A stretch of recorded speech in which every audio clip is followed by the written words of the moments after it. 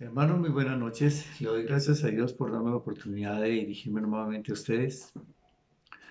Hoy hay una enseñanza muy interesante acerca de las profecías que se cumplieron en Jesucristo. Este es un día para darle gracias a Dios, una nueva oportunidad que nos da Él.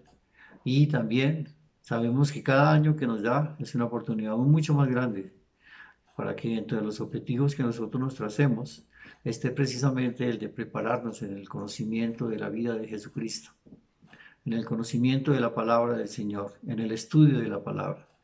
Y vamos a hacer una serie de enseñanzas en las que vamos a hablar acerca de las profecías mesiánicas que se cumplieron precisamente. Vamos a empezar a leer en el Salmo 2, capítulo 2, verso de 2 al 7, y le damos gracias a Dios por esta palabra.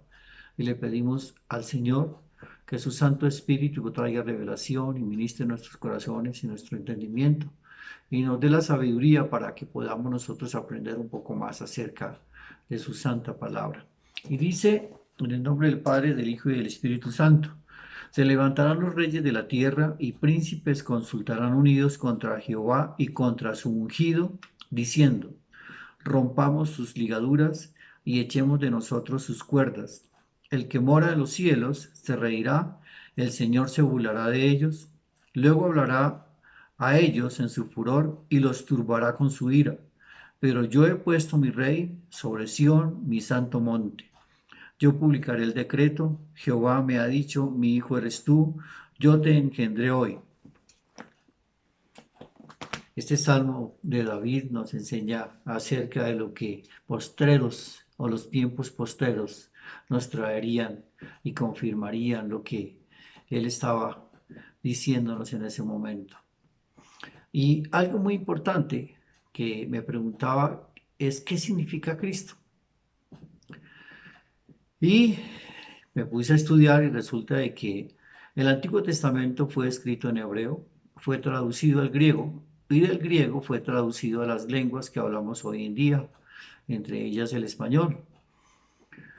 Y ese término de Cristo fue escrito precisamente, como le decía en el hebreo, a través de una palabra que se llama Cristos en hebreo, que suena igual precisamente a como nosotros decimos Cristo.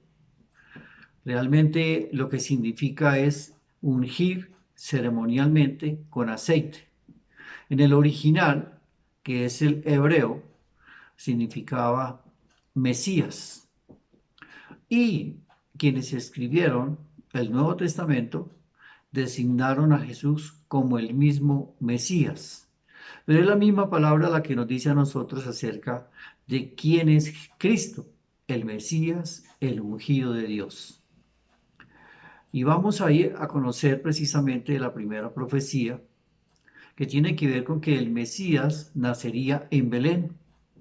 Y Miqueas, el profeta Miqueas, en el capítulo 5, en el verso 2 nos dice, pero tú Belén, Éfrata, pequeña para estar entre las familias de Judá, de ti me saldrá el que será Señor en Israel, y sus salidas son desde el principio, desde los días de la eternidad. Y en el Nuevo Testamento, Mateo nos escribe también en el capítulo 2 del verso 2 al 6 y nos da un poco más de conocimiento acerca de esto. Dice, después de que Jesús nació en Belén, de Judea, tiempos del rey de Herodes, llegaron a Jerusalén unos sabios procedentes del oriente. ¿Dónde está el que ha nacido rey de los judíos? Preguntaron. Vimos levantarse su estrella y hemos venido a adorarlo. Cuando lo oyó el rey, Herodes se turbó y toda Jerusalén con él. Así que convocó de entre el pueblo a todos los jefes de los sacerdotes y maestros de la ley y les preguntó dónde había de nacer el Cristo. En Belén de Judea, le respondieron, porque esto es lo que ha escrito el profeta. Pero tú, Belén, en la tierra de Judá, de ninguna manera eres la menor entre los principales de Judá, porque de ti saldrá un príncipe que será el pastor de mi pueblo Israel. Esa es otra versión ya de traducción y nos dice exactamente lo mismo que Miqueas en el capítulo 5 decía acerca de Belén. Recordemos que en esa época en la provincia de Judea existía Belén y era la tierra donde estuvo precisamente David. David venía precisamente de la tribu de Judá y la descendencia en ese momento fue convocada a un censo a través de Julio César. Entonces María y José tuvieron que trasladarse hasta Belén para participar de ese censo con toda la población que era la descendencia precisamente de David. Por esa razón se trasladó hasta allá y pasaron primeramente por Jerusalén y luego llegaron a Belén. La segunda parte o la segunda profecía tiene que ver con el Mesías nacería de una virgen. Isaías 7:14 nos dice, por tanto, el Señor mismo os dará señal, he aquí que la Virgen concebirá y dará a luz un hijo y llamará su nombre Emmanuel. Y Lucas, en el capítulo 2, con versos del 1 al 7, nos enseña, el nacimiento de Jesucristo fue así. Estando desposada María, su madre, con José, antes de que se juntasen, se halló que había concebido del Espíritu Santo.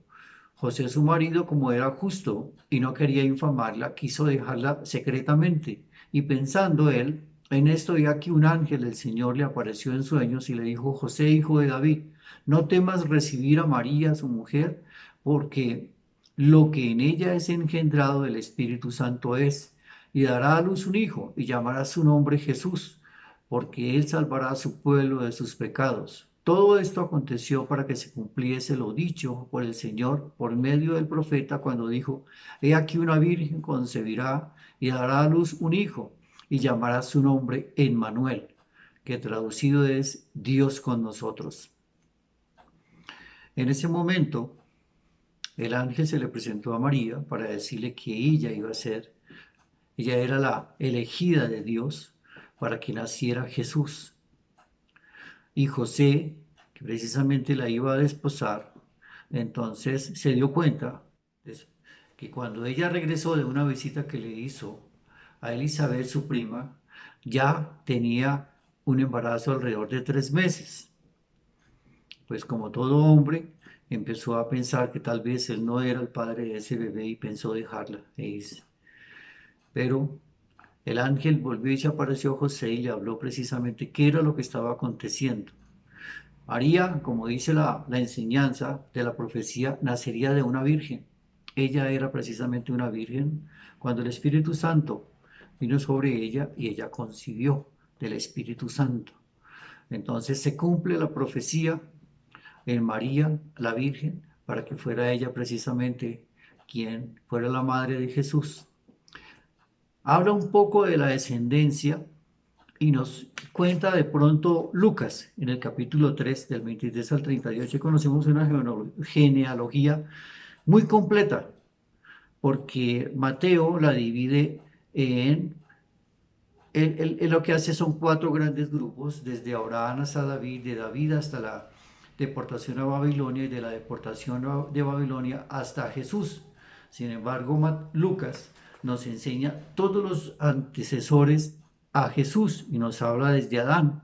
Nos dice Adán, Set, luego nos habla de Enod, Matusalén, de Noé, luego viene a hablar de Taré, el padre de Abraham, y nos dice que Abraham, el padre de Isaac, el padre de Jacob, el padre de Judá, y de ahí en adelante, de la tribu de Judá, viene Isaí, que es el padre de David, y luego hasta José, que viene a ser el esposo de María, y que viene a tomar el papel de padre de Jesús, por cuando una pareja judía se unía, todos los derechos de la esposa pasaban al esposo. Los dos eran descendientes de David y de la tribu de David, precisamente de la raíz que era de Isaí, vino a nacer Jesús, como se estableció en el Antiguo Testamento.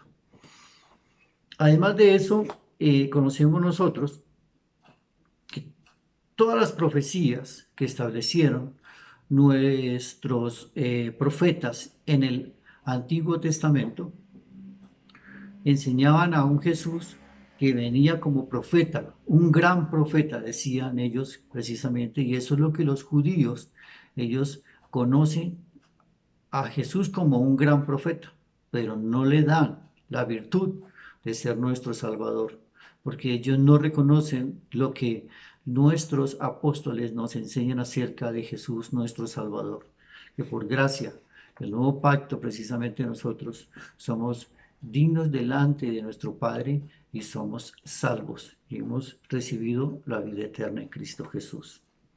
Hay una tercera que nos habla del Mesías, sería un profeta como Moisés, precisamente esa era lo que le estaba yo haciendo énfasis. Y en Deuteronomio 18:18 nos habla de que profeta les levantaré de en medio de sus hermanos como tú, y pondré mis palabras en su boca, y él les hablará todo lo que les mandare. El Juan, en el capítulo 7, del 40 al 42, nos dice: entonces algunos de la multitud, oyendo estas palabras, decían: verdaderamente es el profeta. Otros decían: este es Cristo. Pero algunos decían: de Galilea ha de venir el Cristo. ¿No dice la escritura que del linaje de David y de la aldea de Belén, de donde era David, ha de venir el Cristo? Esas son palabras que nos confirman a nosotros precisamente que en el Antiguo Testamento nos hablaban de un profeta, de un gran profeta.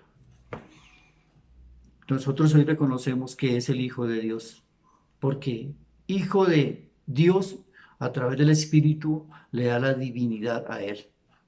Es de naturaleza divina y de parte de María, naturaleza humana. Hay una nueva profecía que nos habla que el Mesías entraría triunfante en Jerusalén. Y estamos hablando nosotros que en Zacarías, capítulo 9, verso 9, alégrate mucho, hija de Sión, da voces de júbilo, hija de Jerusalén. He aquí tu rey vendrá a ti, justo y salvador, humilde y cabalgando sobre un asno, sobre un pollino, hijo de asna. Y Juan, en el Nuevo Testamento, en el capítulo 12, del 12 al 15, nos dice: el siguiente día, grandes multitudes que habían venido a la fiesta, al oír que Jesús venía a Jerusalén, tomaron ramas de palmera y salieron a recibirle y clamaban: Hosana, bendito el que viene en el nombre del Señor, el Rey de Israel. Y halló Jesús un asnillo y montó sobre él, como está escrito: no temas, hija de Sión, he aquí tu rey viene montado sobre un pollino. Vamos a dejar la enseñanza hoy. En la próxima vamos a hablar a partir de la quinta, que se nos fue el tiempo muy rápido. Mis hermanos, Dios los bendiga. Yo le pido al Señor que guarde sus vidas en donde quiera que vayan, guarde sus familias y traiga toda la provisión espiritual que todos necesitamos y que ustedes necesitan, y que sea abundante, porque el Señor no da escasamente, sino al 100 por 1. En el nombre poderoso de Cristo Jesús, amén y amén. Bendiciones.